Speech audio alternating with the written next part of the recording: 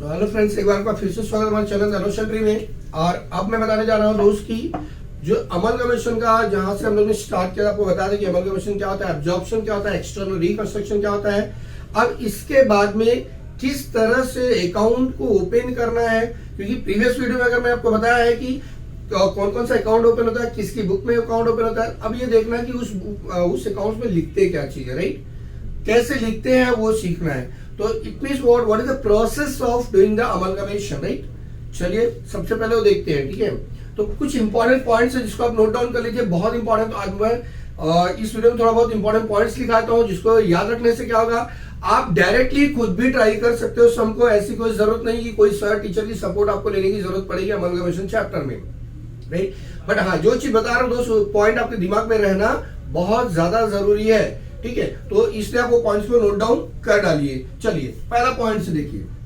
सबसे पहली बात तो क्या है कि हमारे जो अकाउंट्स ओपन होते हैं उससे रिलेटेड है, ठीक है। देखिए सबसे अगर मैं कहूँ कि परचेस कंसिडरेशन, सबसे पहले क्या करना है, पहला स्टेप जो होता है, calculate the purchase consideration. Calculate the purchase consideration, purchase consideration. यानी सबसे पहले आपको परचेस कंसिडरेशन कैलकुलेट करना, जिसका शॉर्टकट नाम है दोस्त पीसी। ये आपके पास हो जाना चाहिए, राइट। जैसे ही पीसी आ जाए उसका सेकेंड पॉइंट पे आपको जाना है। किस पे जाना है? सेकेंड पॉइंट पे आपको जाना है। तो सेकेंड पॉइंट में क्या करना है, ओपन ऑल दी अकाउंट्स, ठीक है। जितना भी अकाउंट रिलेटेड है उसको ओपन कर लीजिए, right. Open all the necessary account, example realization account, realization तीन ही तो खुलता ही है हमारा, realization account, then partners capital account, partners capital account, ठीक है। देन थर्ड है मेरा new form account, new form account, ठीक है, in both company book, both company book, ठीक है। यानी दोनों कंपनी की बुक्स में क्या करेंगे, ओपन कर लेंगे और इसको लिखते हम लोग ओल्ड फर्म, ओल्ड फर्म में। किसमें करेंगे इसको हम लोग?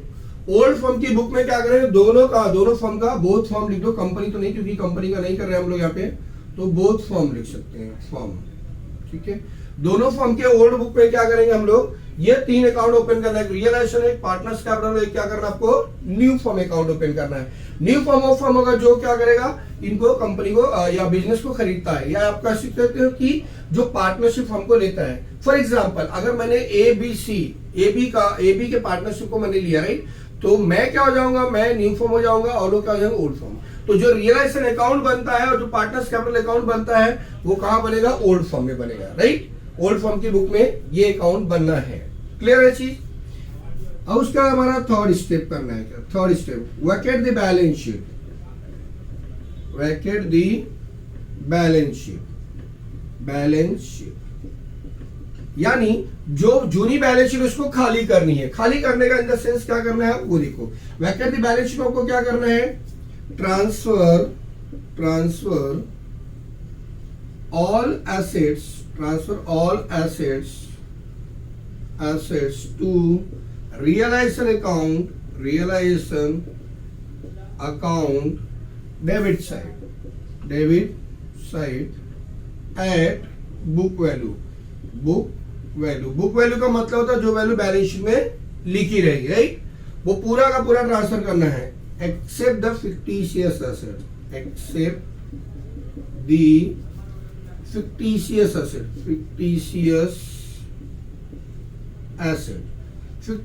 एसेट्स को छोड़ के बाकी जितने भी एसेट्स सबको ट्रांसफर करना है। एक्यूमुलेटेड लॉसेस, फिक्टिशियस एसेट्स को भी आगे चल के एक्यूमुलेटेड लॉसेस भी कहते हैं। तो एक्यूमुलेटेड लॉसेस को छोड़ के बाकी जितने भी एसेट्स होते हैं, फॉर एग्जांपल जो करंट एसेट होता है, फिक्स एसेट होता है, ठीक है।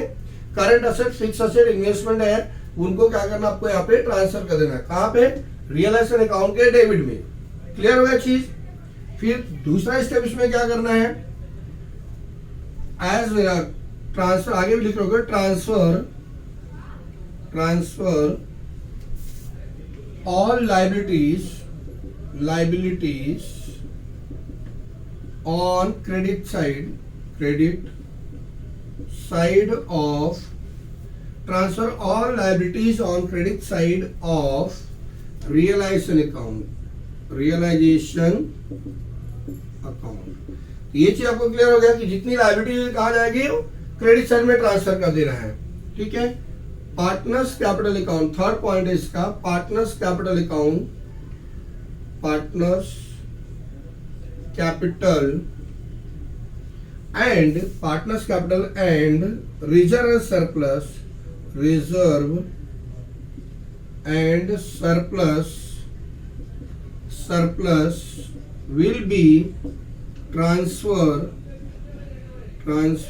to capital account credit side,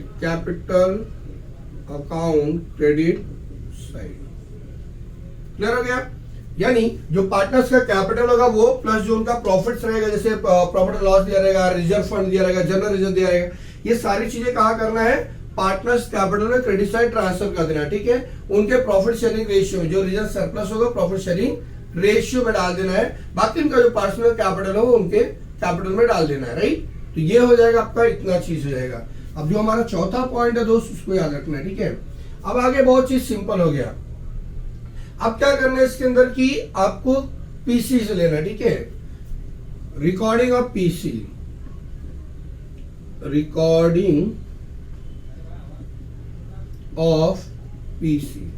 PC को रिकॉर्ड करना। ठीक है, तो पीसी कहां जाएगा, रियलाइजेशन अकाउंट क्रेडिट साइड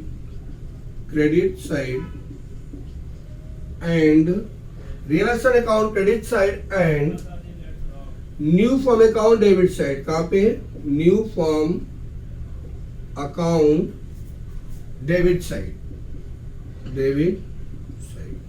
ठीक है, यानी जो पीसी दिया रहेगा, जो पीसी हमने कैलकुलेट किया, इसको कहां डालना है, रियलाइजेशन के क्रेडिट डालना है और न्यू फॉर्म के डेबिट डाल देना है। Now fifth point, if any assets and liability is not taken by new firm, then it will transfer to partners capital account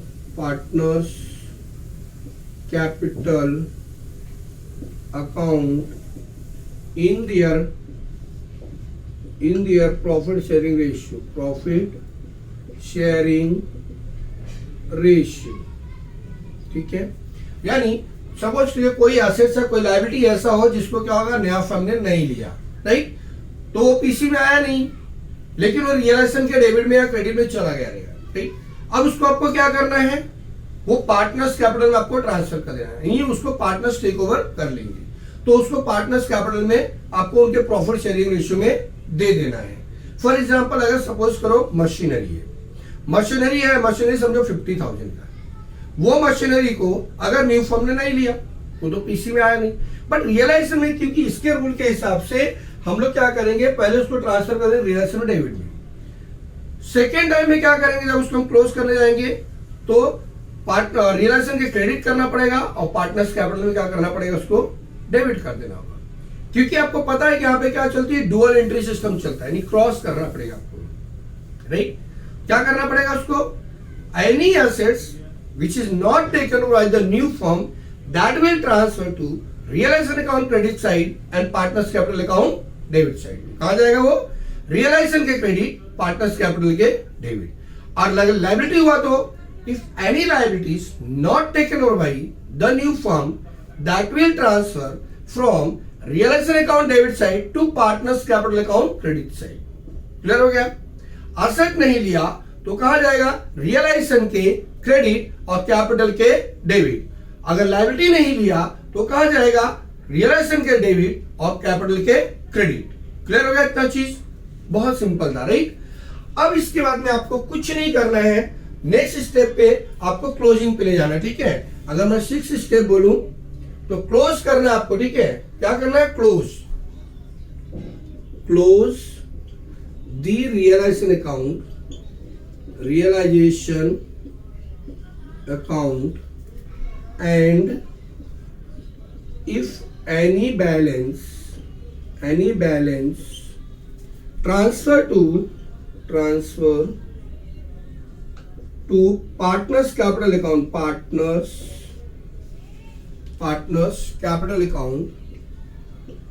capital account in their profit sharing ratio।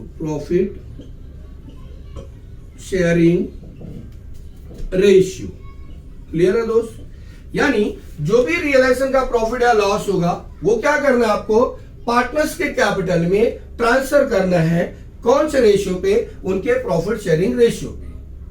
ठीक है, clear हो गया चीज? Next है, अब 7वें step पे क्या करना है? Close the partners capital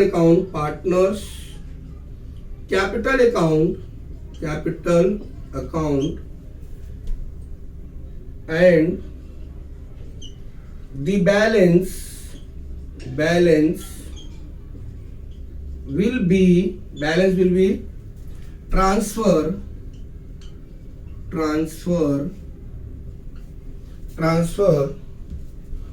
to new firm account and new firm will be tally। New firm will be tally। क्या हो जाएगा? न्यू फॉर्म अकाउंट जो होगा क्या होगा? टैली हो जाएगा। क्लियर होगा? तो करना क्या आपको? सबसे पहले क्या करना है आपको? पीसी कैलकुलेट करना है। फिर क्या करना? Open all the necessary account, for example realization, partners capital and new form account ओपन कर देना है। उसका क्या करना? वैकेट दी बैलेंस शीट करना है, जहां पे क्या करना है आपको? रियलाइज जितना असेट होगा वो रियलाइजेशन के डेबिट, जितनी लायबिलिटी होगी रियलाइजेशन के क्रेडिट। पार्टनर्स कैपिटल हो तो पार्टनर्स कैपिटल के क्रेडिट, रिजर्व सरप्लस हो तो पार्टनर्स कैपिटल के क्रेडिट, एक्यूमुलेटेड लॉसेस है या फिक्टिशियस असेट बोलते हैं, अगर वो रहा तो वो कहा जाएगा profit and loss partners capital के डेबिट आ जाएगा, राइट। उसके बाद आपको देखना क्या है कि फिर पीसी ट्रांसफर करना है। पीसी कहा जाएगा रियलाइजेशन के क्रेडिट न्यू फर्म के डेबिट में, पीसी कहा जाएगा रियलाइजेशन के क्रेडिट न्यू फर्म के डेबिट में।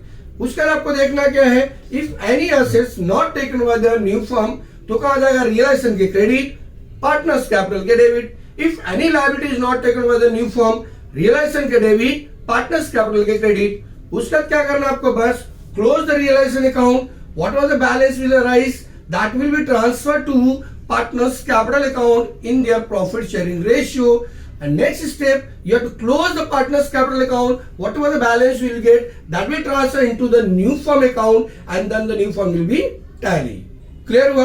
अब यहाँ पे जो एक आध ऑब्जेक्टिव क्वेश्चन बनता है दोस्त, सबसे सिंपल बोलते हैं कि debit balance of realisation account is shows what, right. तो उसका मैं थोड़ा सा लिख दे रहा हूं, अब देख लीजिए उसको, ठीक है। चलिए उसको देख लेते हैं कि डेबिट बैलेंस क्या शो करेगा आपको।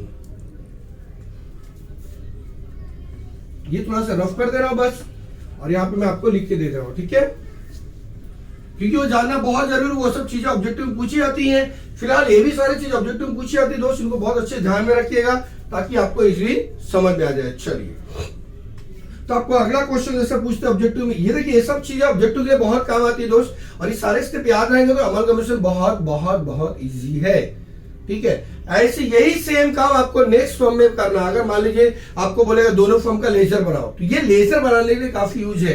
तो फर्स्ट फॉर्म में ऐसी करेंगे, सेकंड फॉर्म में भी ऐसी करेंगे, और न्यू फॉर्म में क्या बनाना है वो आपको बाद में बताते हैं, ठीक है। तो पहले 2-3 चीजें और ध्यान रख लीजिए जो बहुत इंपॉर्टेंट है। वो क्या बोलते हैं? Debit balance of realisation account is known as,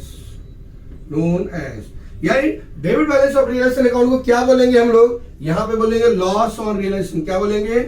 loss on realisation बोलेंगे, ठीक है। लॉस ऑन रियलाइजेशन क्या बोले उसको? Loss on realisation. अब यहां पे 9th में क्या होगा? मान लो credit balance of realisation account is known as known as profit on realisation. क्या होगा वो? Profit on realisation. क्या वर्ड है वो? Profit on realisation. अगर क्या होगा, आपका डेबिट बैलेंस बचता है तो लॉस होगा, आपका क्रेडिट बैलेंस बचता है तो क्या होगा? प्रॉफिट होगा। कैसे होता है? देखो, ये हमारा होता है दोस्त रियलाइजेशन अकाउंट, राइट? तो रियलाइजेशन के डेबिट साइड होता है, क्या होता है? मेरा क्रेडिट साइड होता है। अब ये आप सोचिए कि मेरा एक्सपेंस होता है, मेरा इनकम होता है। अगर ये इनकम मेरा ज्यादा हुआ, इसका मतलब है कि मेरे को क्या होगा? प्रॉफिट होगा। प्रॉफिट हुआ तो इसका मतलब क्रेडिट बैलेंस ज्यादा है, डेबिट बैलेंस कम है। तो ये लाइन वहां पर दी गई, क्रेडिट बैलेंस का क्या ज्यादा है और डेबिट बैलेंस क्या कम है। That means what? Credit balance of realisation account is known as the realisation profit और profit on realisation. Same condition, अगर डेबिट वाला ज्यादा हो गया, that means my expense is more than my income, so what will happen कि debit balance of realisation. तो debit balance of realisation क्या show करता है? Loss on realisation. क्लियर हुआ? लॉस ऑन रियलाइजेशन शो करता है। तो आई थिंक ये चीज आपको समझ में आ गई अच्छे से। चलिए थोड़ी सी और चीजें देख लेते हैं, 2 चीजें हैं। देखिए, इसमें अभी आपको करना है क्या? अगर मान लीजिए न्यू फॉर्म में करना हो, ठीक है, खाली आपको अभी बता रहे हैं दोस्त इंपॉर्टेंट पॉइंट्स है जिसको आपको थोड़े से ध्यान रख लेना है। बहुत जरूरी होते हैं जब आप सम सॉल्व करते हो, बहुत बहुत इंपॉर्टेंट पॉइंट्स होते हैं इन चीजों को। अगर ये आपको अच्छे से समझ में आ जाएगा तो 100% आपका सम क्या होगा? ये राइट हो जाएगा। और ये ऐसा चैप्टर जो कभी रॉन्ग नहीं होता है, 99.99% सिर्फ राइट ही जाता है चैप्टर। ये कभी रॉन्ग नहीं होता है, ध्यान रखिएगा, ठीक है। तो चलिए इसको बताते हैं आपको एक बार और से। इसमें बहुत सारी चीजें जो थोड़ी थोड़ी बची है। देखिए 10th point, if goodwill written off, अगर गुडविल रिटेन ऑफ दिया तो कहा जाएगा? ये रिकॉर्ड इन न्यू फॉर्म होगा। पहले तो क्या होगा? Record in new form partners capital account debit side, partners capital account debit side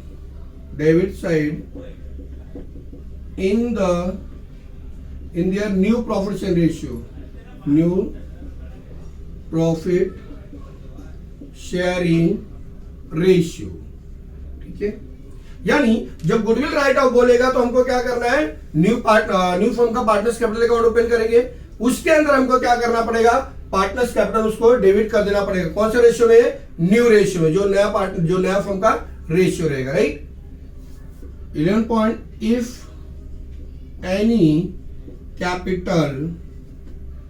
any capital is given by new firm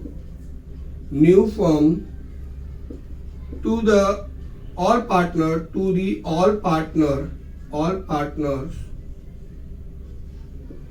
then it will transfer to to capital account या partners capital account debit side and balance sheet liability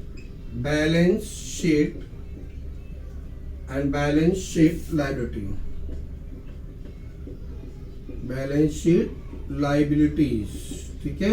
यानी अगर नया firm ने क्या किया? Partners को capital दिया, समझो बोलेगा 3 lakh to each, 1,50,000 to each, ऐसा अगर कुछ दिया है तो वो लास्ट एडजस्ट में मोस्टली रहता है। और ऐसा अगर बोलेगा तो क्या करने का? पार्टनर्स कैपिटल में डेबिट, और क्या करना है? उसको लाइबिलिटी में डाल देने का as a capital account, right. फिर हमारा नेक्स्ट स्टेप आता है क्या? 12th, ठीक है। क्या करना होता है? जो कैपिटल आता है, जो ओल्ड फर्म से जो कैपिटल आएगा, राइट, ओल्ड फर्म का जो हम लोग न्यू फर्म, ओल्ड फर्म की बुक में जब हम लोग न्यू फर्म का जो अकाउंट है उसको क्लोज करेंगे, वहां पे जो पार्टनर्स कैपिटल आता है उसको न्यू फर्म के कैपिटल अकाउंट में ट्रांसफर करना होता है, राइट। क्या करेंगे यहाँ पे? Old firms partners capital account from the new firm account will be transferred to new firm partners capital account in the books of new firm, right? And then 13 होगा close the new firm capital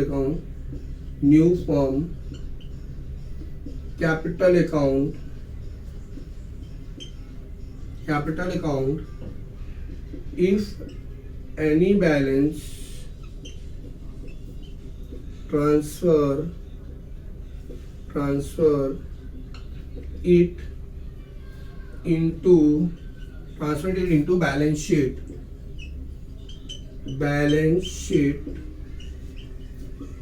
as per their instruction.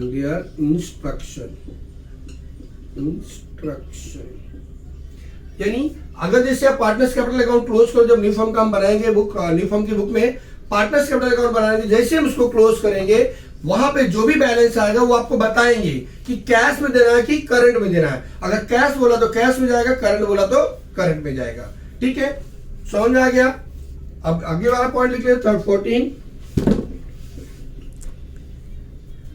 If debit side just a minute, if balance comes on debit side then liability, then transfer to liability, then transfer to liability side,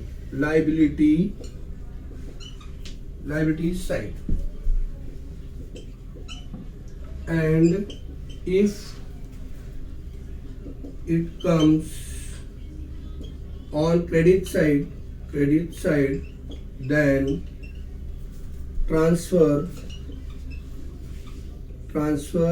it on asset side.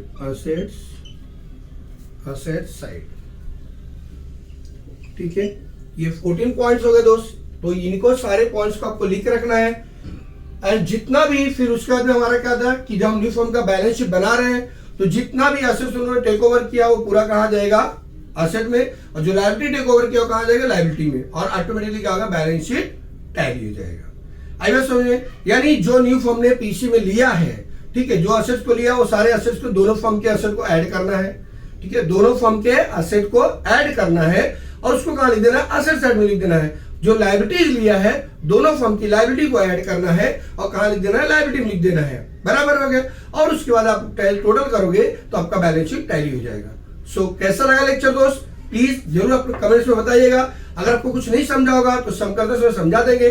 Thank you so much for watching the notion tree.